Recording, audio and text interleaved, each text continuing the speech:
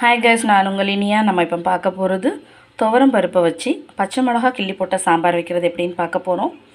அதுக்காக துவரம் பருப்பு, தக்காளி, சின்ன வெங்காயம், பச்சை மிளகாய், வெள்ளைப்பூடு, ஜீரகம், காயம் இவ்வளோத்தையும் குக்கரில் வச்சு 5 விசில் வச்சு எடுத்துக்கலாம். இதோட 2 கத்திரிக்காயும் சேர்த்துக்கிறேன்.